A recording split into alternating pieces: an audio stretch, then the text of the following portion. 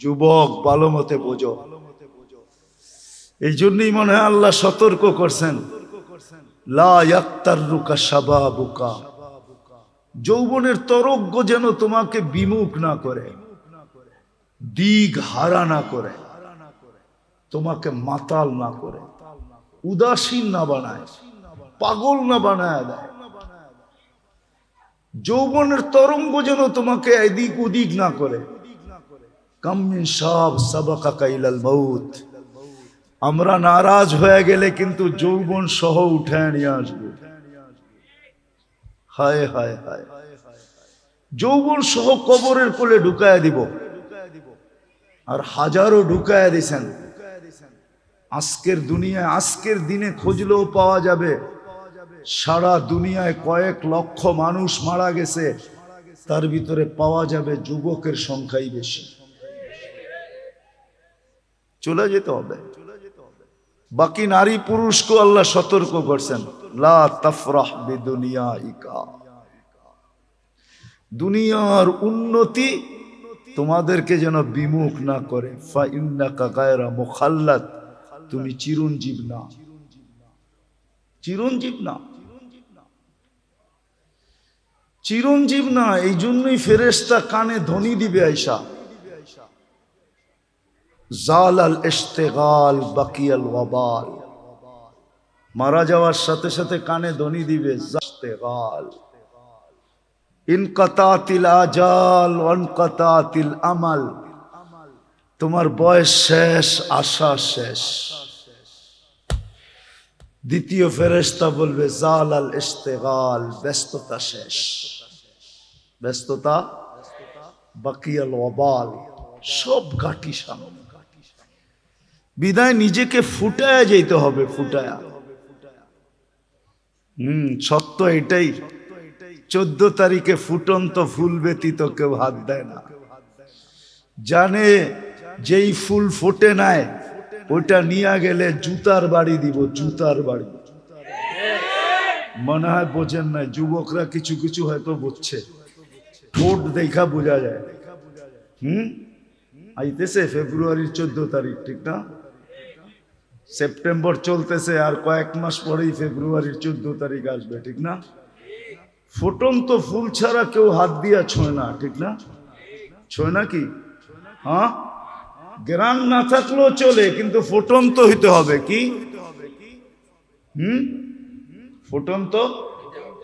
আর যদি ফুটন্ত না হয়, লয়া গেলে জুতা, জুতা, ঠিক না? হ্যাঁ, আই ডট ডট ইউ লিখবো তো দূরের কথা, জুতা দিব, জুতা। আই ডট ডট ইউ বোঝো? বোঝে এরা, ফিডার তো খায় না, কিন্তু লড়ে চড়ে না আর কি। আই ডট ডট ইউ লিখবো না, বরং জুতার বাড়ি, জুতা ফেসবুকের ভিতরে ঢুকায়া তোমার মুখের উপরে মেরে দিবে। কইব তুই একটা ফুটন্ত ফুল আনতে পারোস নাই? তো ফুল ফুটা ব্যতীত যেরকম মানুষ হাত বাড়ায় না, রব্বে কাবার কসম, আল্লাহ ফুটন্ত ব্যতীত কারো দিকে তাকান না। আর ফোটে কখন? যখন রহমত পতিত হয়, আল্লাহর রহমতের ছোঁয়া যখন লাগে, তো ফুটন্ত হয়ে যায়। তখন পাওয়া যায়, ওই যুবকও পাওয়া যায় যে সারা রাত্র দাঁড়ায় দাঁড়ায় কাঁদতেছে। আল্লাহ যদি বলে কাঁদিস কেন, তো চিৎকার দিয়া বলে, না সোনে মে মজা, না খানে মে মজা, সির্ফ আতা হ্যায় তেরে আগে রোনে মে। কিছুতেই তো মজা পাই না, শুধু কান্নাই মজা পাই, এই জন্যই তো দাঁড়ায় দাঁড়ায় কাঁদতেছি। আছে, আমাদের সমাজে আছে, আলহামদুলিল্লাহ আছে। যুবকের যদি আজকে বুঝে আসে, তাহলে এইখানেও যুবক তৈরি হইতে পারে যে রাত্রে দাঁড়ায় দাঁড়ায় আল্লাহর সামনে কাঁদবে, আর চিৎকার দিয়া বলবে, আর কত, কবে, কবে দেখা হবে, কবে, কবে, কার সাথে? আল্লাহর সাথে। কবে মিলবে জান্নাত? দুনিয়া ভাল লাগে না। হ্যাঁ হ্যাঁ আছে যুবক, এরকম যুবক আছে সমাজে, আছে আলহামদুলিল্লাহ, আমরা খুঁজে পাই মাঝে মাঝে, যাদের দুনিয়া ভাল লাগে না। ও সারাক্ষণ ভাবে কবে যাব জান্নাতে, কেননা জান্নাতের স্বাদই তো ভিন্ন, ঠিক না? কি কি কও? দুনিয়ার নাচ কি নাচ নাকি? এ তো হাত পাও বেকা করে, ঠিক না? এটার নাম নাচ। নাচ তো হবে জান্নাতে, যার সাথে পুরা জান্নাত ডান্স করবে। কি কি 40 বছর টানা নাচ না? যে নাচবে সে ক্লান্ত হবে, যে নাচ দেখবে না সে বিরক্ত হবে। মজা বাড়তেই থাকবে, বাড়তেই থাকবে। আর বাড়বে না কেন? যে নাচতেছে ও তো পড়ে আছে 3 কিলোমিটার ঘেরের লেহেঙ্গা। কি লেহেঙ্গা বুঝেন? কয় কিলোমিটার ঘের? এরম মারলে 3 কিলোমিটার জায়গা নিয়ে ফুলা উঠবে।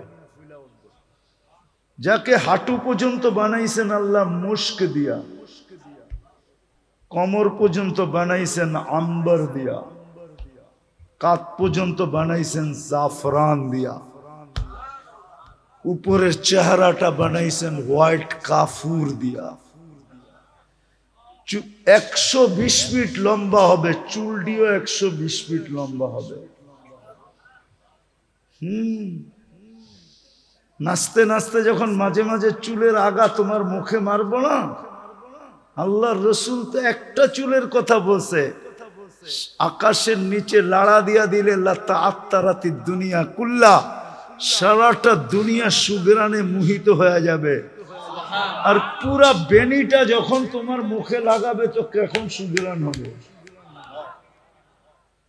ও যুবক একটু ভাবো না। মজা বাড়তে থাকবে, কিন্তু নাচতে নাচতে এক সময় বলবে আর কত নাচ দেখবি, 40 বছর হয়ে গেছে। হ্যাঁ, খালি নাচেই দেখবি, ভিতরের কোনো কাহিনী দেখবি না। মনে হয় ফিডার খায়, কিচ্ছু বোঝে না। চল কামরায় তোরে কাহিনী দেখাই। আল্লাহ বানায় রাখছে, এই জন্যই তো যুবক সারা রাত্র কাঁদে।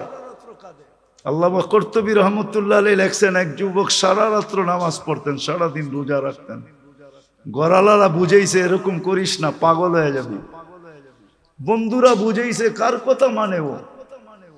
মজা পাইলে কি আর কারো কথা মানে? কি মানে নাকি? হ্যাঁ, নাইলে মাদক নিরাময় সেন্টার এত হইতো কেন? ও তো মাদকে মজা পায়া এখন নিরাময় সেন্টারে যাইও ছাড়তে চায় না, ঠিক না? ছাড়ে নাকি?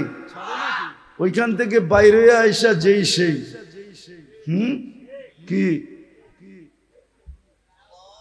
ওই যেটা বলে ওইটা তো বলি, ঠিক না? আমি শেষ জায়গায় চলে আসছি, কিন্তু নামাজের সময় হয়ে যেতেছে। তো জান্নাতে মজা বাড়তে থাকবে। তো যুবককে বুঝাইছে পাগল হয়ে যাবি।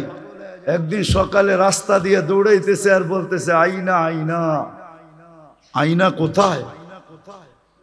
তো সবাই বলতেছে বলছিলাম না পাগল হইব, ওই যে দেখো এখন তো লুঙ্গি নিচে আছে, কতক্ষণ পরে খুইলা মাথায়ও দিতে পারে, মাথায়ও বাঁধতে পারে। তো সবাই দৌড়া, বন্ধুরা জিজ্ঞাসা করছে আরে তুই দৌড়াস আর আইনা আইনা এটা কি বলিস? আইনা আইনা আইনা কোথায়? কই ঘুমায় গেছিলাম, সকালে তন্দ্রা আসছিল, তো দেখলাম এক জান্নাতের বাগান, ফলে ফুলে ভরা, ভিতরে এক ঝর্ণা, পানি পড়তে ছিল এমন মেয়েরা যাদের বর্ণনা দেওয়ার মতো আমার কাছে আমার পক্ষে সম্ভব না। শুধু আমি না, সৃষ্টিও মনে হয় সৌন্দর্যের বর্ণনা দিতে পারবে না। আর আসলে বর্ণনা দিবে কি করে? আল্লাহর রসুল তো বলছে জান্নাতি মেয়েদের পায়ের সৌন্দর্য বলছে, লাউ কাশাফা সাকাইহি লাগাবা দাউ শামস, পাও খুলে দিলে সূর্য চিরদিনের জন্য হারায় ফেলবে। সূর্য চিরদিনের জন্য আলো হারায় ফেলবে। লাউ যাহিকা আলা দুনিয়া লাতানাওয়ারাতিদ দুনিয়া কুল্লা, দাঁত বাড়ি করে দিলে সারাটা দুনিয়া আলোতে ফকফকে হয়ে যাবে। তাহলে ওর চেহারার রূপ কিরকম? তো বলে আমি যখন কাছে যাইতেছিলাম তো মেয়েরা বলতেছিল আয়নার জামাই আসতেছে।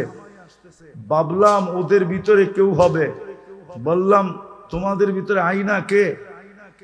বললাম আমরা কোথায়, আমরা তো এর খাদেম, সেবক, ও তো আরো সামনে।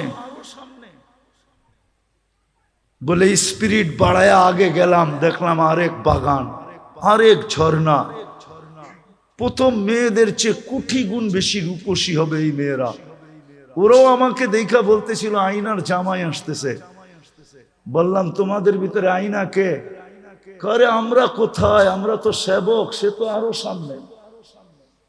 বলে চললাম, যা দেখলাম এক হীরার ঘর, দরজায় একজন দাঁড়ানো আছে, দুই দলের চেয়েও কোটি গুণ বেশি সুন্দরী। ভাবলাম এইটাই হবে। যে যখন দৌড় দিয়া ধরতে গেলাম, আমাকে থামায়া বলল ভুল, আমি না, আসলটা ভিতরে। আসলটা আমি না, আসলটা বুঝা ফেলছে কাকে ধরতে চাইতেছে।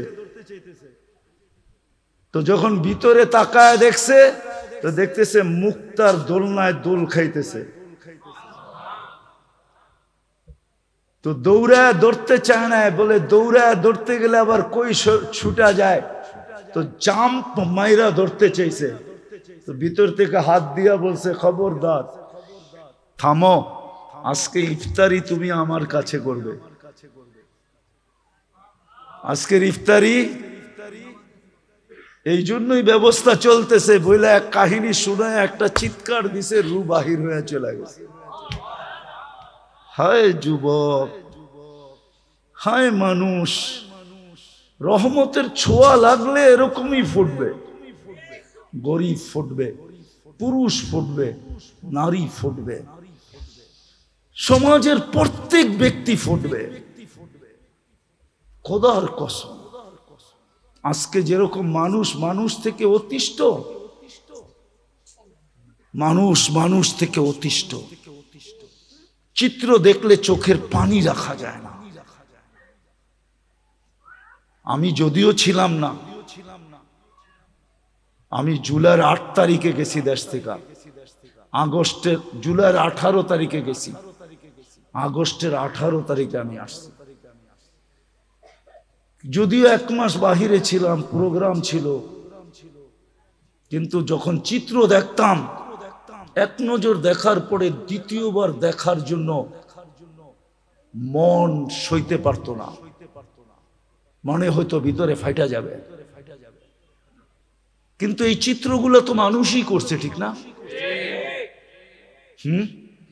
আজকে মানুষ মানুষের থেকে অতিষ্ঠ, শুধু এই কারণে ফোটে নাই। ও যদি ফুটতো, হায় হায়, প্রতিবেশী প্রতিবেশীর দ্বারা কোনোদিন কষ্ট পেত না, মহল্লা মহল্লার থেকে কোনোদিন কষ্ট পেত না, মানুষ মানুষের থেকে কষ্ট পেত। আরে কোন কুকুর পর্যন্ত মানুষের থেকে কষ্ট পেত না। মানুষ তো দূরের কথা, একটা পিপিলিকা পর্যন্ত কোনো মানুষ থেকে কষ্ট পাইত না। জিজ্ঞাস করেন এই মাদ্রাসা আলাদেরকে, আমাদের কিতাবে লেখা আছে কুকুর পিপিলিকার অনার্থক গতি রোধ করা পর্যন্ত নিষেধ, পাইলেই তাকে মাইরা ফেলানো নিষেধ। একটা প্রাণীর হক পর্যন্ত সুরক্ষিত থাকে, ছিল, থাকতো, যদি আমরা ফুটন্ত হতাম। আমরা তো ফুটন্ত না, আমরা ফুটি নাই, যুবক ফোটে নাই। তাহলে আমার সমাজের যুবক কোনোদিন নেটে দেখা চুল কাটতো না, এদের পোশাক আশাক এরকম হতো না। তাহলে তারা তালাশ করত, আমাকে রহমতের ছোঁয়া নিতে হবে। আমি কেমনে রহমতের ছোঁয়া পাবো? আমি শেষ কথায় চলে আসছি, যদি রহমতের ছোঁয়া পাইতে চান সহজে, সহজে যদি পাইতে চাই, হাতের কাছে যদি পাইতে চাই, নাগালে যদি পাইতে চাই, কেননা আল্লাহ তো আমাদের কাছে থাকেন না, যদিও আকরাবু মিন হাবলিল ওয়ারিদ, রগের চেয়ে কাছে, কিন্তু তারপরও তো দুনিয়া বলে তুমি আকাশে আমি জমিনে। তারপরও তো দুনিয়া বলে লা তারা কাল উয়ুন, আপনাকে চোখে দেখা যায় না, ওয়ালা তুখালিতুকাদ দুনুন, আপনাকে ধ্যান ধারণায় আনা যায় না, ওয়ালা ইয়াসিফুকাল ওয়াসিফুন, আপনার বর্ণনা দিয়ে শেষ করা যায় না, আল্লাহর বর্ণনা দিয়ে শেষ করা যায় না। আল্লাহ একটা পদের মালিক না, 99টা পদের মালিক, যেটা আমাদেরকে জানাইছেন, অগণিত পদের মালিক, যেগুলো অন্তরালে আছে, আমাদেরকে শুধু 99টা জানাইছেন। পদবী, যে আমি শুধু আল্লাহ না, একটু ভাইবা দেখো আমি কে, আমি শুধু আল্লাহ না, তুমি একটু ভাবো আমি শুধু আল্লাহ না, আমি রহমান, আমি রহিম, আমি মালিক, আমি কুদ্দুস, আমি সালাম, আমি মুমিন, আমি মুহাইমিন, আমি আসিস, আমি জব্বার, আমি মুতাকাব্বিরুল খালিকুল বারিউল মুসাব্বিরুল গফফারুল কহ্হারুল ওয়াহ্হাবুর রাজ্জাকুল ফাত্তাহুল আলিমুল কাবিদুল বাসিতুল খাফিদুর রাফিউল মুইজ্জুল মুদিল্লুস সামিউল বাসিরুল হাকামুল আদলুল লতীফুল খবীরুল হালিমুল আযীমুল গফুরুশ শাকুরুল আলিয়ুল কবীরুল হাফিজুল মুকিতুল হাসিবুল জলিলুল করিমুর রকিবুল মুজিবুল ওয়াসিউল হাকিমুল ওয়াদুদুল মজিদুল বাঈসুশ শাহীদুল হকুল ওয়াকিলুল কবিয়ুল মতিনুল ওয়ালিয়ুল হামিদুল মুসিয়াল মুবদিয়াল মুঈদ আল মুহয়ি আল মুমিত আল হাইয়্যু আল কাইয়্যুম আল ওয়াজিদ আল মাজিদ আল ওয়াহিদ আল আহাদ আস সামাদ আল কাদির আল মুক্তাদির আল মুকদ্দম আল মুআখ্খার আল আউয়াল ওয়াল আখির আল যাহির ওয়াল বাতিন আল ওয়ালি আল মুতাওয়ালি আল বাররু আত তাওয়াব আল মুনতাকিম আল আফু আর রাউফ মালিক আল মুলকি যাল জালালি ওয়াল ইকরাম আল মুকসিত ওয়াল জামি ওয়াল গনি ওয়াল মুগনি আল মানি আদ দার আল নাফি আল নূর আল হাদি আল বদি ওয়াল বাকি আল ওয়ারিস ওয়াল রশিদ আস সবুর জল্লে জালালু, আমি 99 পদের মালিক আল্লাহ। উনার রহমত সহজে পাবো তো পাবো কি করে? আল্লাহ সহজ করছেন, সহজ করছেন। রহমত পাওয়ার রাস্তা আল্লাহ আমাদেরকে সহজ করে দিছেন। সেটা হলো আমার বন্ধুর বন্ধুত্ব যদি পাও, তাহলে শুধু আমার রহমত পাবে না, আমার বন্ধুত্বও পাবে। শুধু রহমত দিব না, বরং আমি তোমাদেরকে বন্ধু বানায় আনিব, কিন্তু শর্ত হলো আমার বন্ধুকে তুমি বন্ধু বানায় আনো। আজকে আমরা উম্মত বলি বটে, ভালোবাসি বলি বটে, কিন্তু আমার সমাজের কোন মুসলমান রাসূলুল্লাহ সাল্লাল্লাহু আলাইহি ওয়াসাল্লামকে যেরকম বন্ধু বানানোর দরকার এরকম বন্ধু বানাই নাই। যদি বন্ধু বানাইতাম, তাহলে আমি তো মাঝে মাঝে আফসোস করে বলি, যাদেরকে দাড়ি দিলেন জান্নাতে যাওয়ার জন্য, ও দাড়িতে শেভ করে কি করে?